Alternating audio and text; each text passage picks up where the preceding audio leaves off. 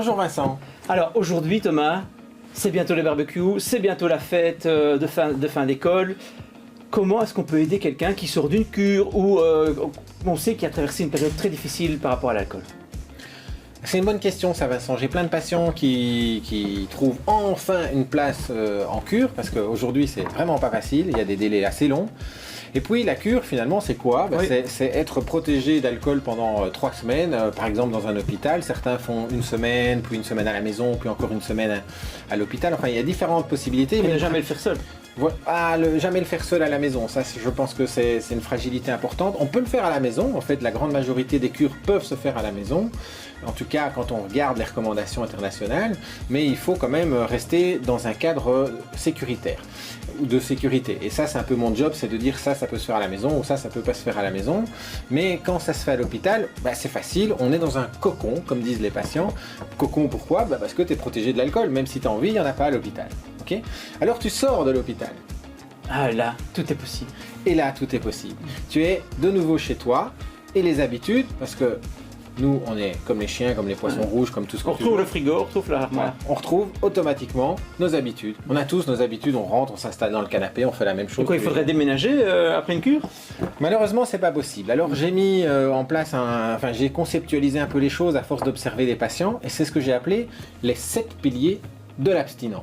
Comment rester abstinent? Parce que finalement la cure c'est facile, c'est comme allumer un moteur de bagnole, tu fais vroom, ça démarre, et puis quoi? Il faut savoir où on va. Et quand on sort, il faut appliquer les 7 piliers. Voilà, ici tu as allumé le moteur, c'est-à-dire tu as fait ta cure, tu es abstinent. Et le pilier 1? Alors le pilier 1, c'est d'abord son généraliste. Reprendre soin de sa santé. Ou si on n'en a pas, en avoir un. Voilà, avoir quelqu'un facile d'accès qui puisse vraiment t'aider au niveau de ta santé, te conseiller à, par exemple, ou trouver un psychologue dans ton coin, le kiné pour bouger, on va en reparler. Ouais. Donc c'est d'abord ton généraliste. 2. Le point 2, c'est justement la psychologue ou le psychologue, la psychothérapie, c'est-à-dire...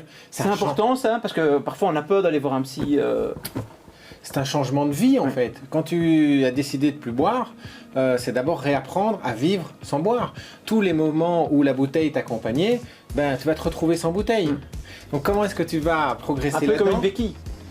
C'était une béquille et il faut apprendre à découvrir le plaisir de la vie sans cette béquille de l'alcool, qui en même temps était celle qui te mettait dedans, on est d'accord. Mais psychologue, ça reste quelque chose d'hyper important, c'est un suivi qui doit être approché. Je vois trop de cures, les gens sortent de l'hôpital et puis ils ont rendez-vous avec le ou la psychologue 4 à 5 semaines plus tard. Trop tard, c'est tout de suite dans la semaine qui vient? Voilà, beaucoup trop tard, il faut être revu.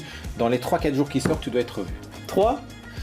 Eh bien ça c'est l'addictologue, donc c'est-à-dire quelqu'un qui est spécialisé dans la prise en charge des problèmes d'addiction et qui va pouvoir te conseiller différentes choses très très personnalisées par rapport à ce que toi tu vis, à ce que toi tu ressens, à ton environnement, à ton milieu familial et professionnel. C'est le job de l'addictologue. Ça, il y a une liste d'addiction qui existe.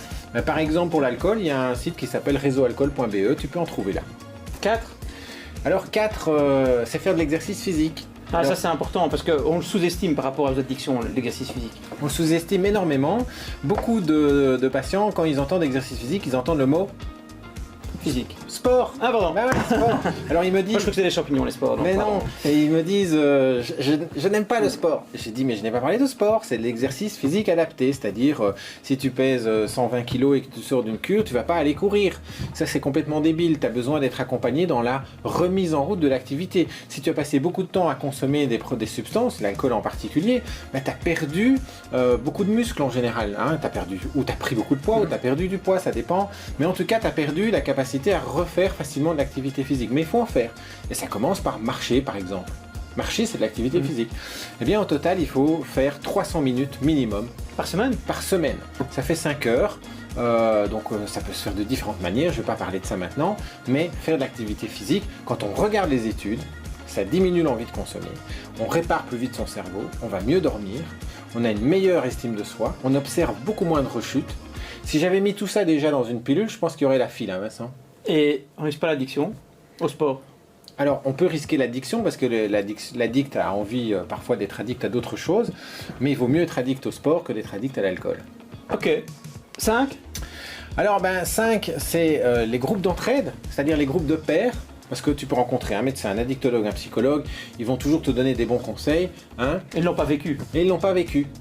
Et ce que je dis à mes patients, c'est, moi, vous avez besoin d'aide par des gens qui connaissent la maladie, ça ce sont des experts, ce sont des soignants, et vous avez besoin d'aide par des gens qui ont l'expérience de la maladie, ça ce sont des pairs, ce sont des patients experts, des patients qui sont des pairs aidants, ce sont des patients qui sont dans des groupes de parole, comme par exemple Vie Libre ou les Alcooliques Anonymes, qui sont des mouvements qui existent depuis très longtemps et qui ont beaucoup d'expérience dans l'accompagnement des patients. Facile à trouver sur Internet? Sur Internet, tu tapes Alcooliques Anonymes, Vie Libre, tu vas trouver leur site et tous les endroits où tu peux les joindre. En fait, pour être aidé par ces groupes-là, une seule chose à faire, y aller, pousser la porte. 6. 6, c'est continuer à sociabiliser, tu vois, c'est rencontrer des gens. C'est pas se rester isolé, racrapoté, recroquevillé. En même temps, la sociabilité, c'est aussi boire, non? Oui, mais tout le monde ne sociabilise pas en buvant, donc ça va. Je l'ai dit, c'est un changement de vie. Donc tu vas commencer à sociabiliser de plus en plus avec des gens qui sont respectueux de ton abstinence et tu vas évidemment éviter les autres au départ parce que tu n'es pas encore assez fort. Tu as peut-être allumé le moteur de la voiture mais tu n'es pas encore tout à fait sûr de toi sur la route. Donc il va falloir aller dans les endroits où tu es un peu plus safe et ça c'est tout le job. Mais surtout ne pas rester seul. Et trouver du plaisir à te rencontrer, essentiel. À parler avec quelqu'un, à... Parce qu'on peut éprouver du plaisir sans boire. Mais c'est le principe de l'être humain. Je te rappelle quand même que l'être humain est un animal sociable qui n'a pas nécessairement besoin d'alcool pour pouvoir sociabiliser. Pourtant, on lui a fait croire qu'il en avait besoin. Ça, c'est le job de mes amis, enfin entre guillemets, alcooliers, qui essayent de faire croire qu'on ne peut pas faire de fêtes sans alcool, mais en fait, on fait des très belles fêtes sans alcool et on s'amuse beaucoup aussi sans alcool, ou parfois en regardant les autres s'alcooliser, mais pas nous. On a besoin d'être un peu aidé, on a besoin de rencontrer des gens, donc sociabiliser. 7.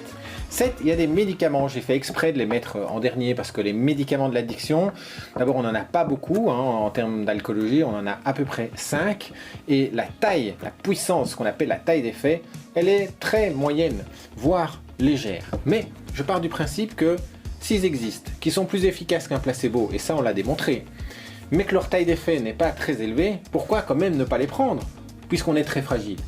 Donc, j'en prescris. Il y a des médicaments comme le Campral, il y avait l'Antabuse qui n'existe plus mais qu'on trouve toujours sous forme de magistral, c'est le pharmacien qui peut fabriquer la gélule. Il y a par exemple de la naltrexone qui est aussi un médicament qui peut servir au maintien de l'abstinence. On peut utiliser le baclofène aussi dans ces cas-là en deuxième intention et il n'a pas d'autorisation de mise sur le marché en Belgique pour ça. En Belgique parce que dans d'autres pays oui. Donc voilà, il existe quand même quelques médicaments et ça c'est au médecin addictologue de voir comment on peut utiliser ces médicaments pour maintenir au mieux cette abstinence.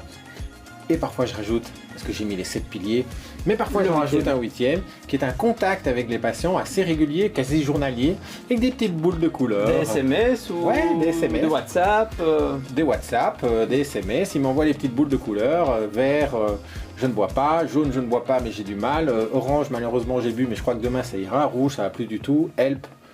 Voilà, ça ce sont des choses où les patients me disent être en contact, être soutenu, c'est important. Et c'est ça que je voulais aussi montrer dans la sociabilisation et aussi dans les groupes de pairs, c'est que l'être humain existe dans le regard de l'autre et que quand tu aides un être humain et qu'il se sent accompagné, en général, il va déjà mieux. Sans le culpabiliser. Mais évidemment, sans le culpabiliser, sans le juger, sans être moralisateur, sans lui dire tu dois, il faut, machin. Non, c'est une maladie, il n'y a aucun autre malade qu'on engueule comme ça. Donc il faut vraiment l'accompagner de cette manière-là. Parfait. Allez, à bientôt. Courage à tous.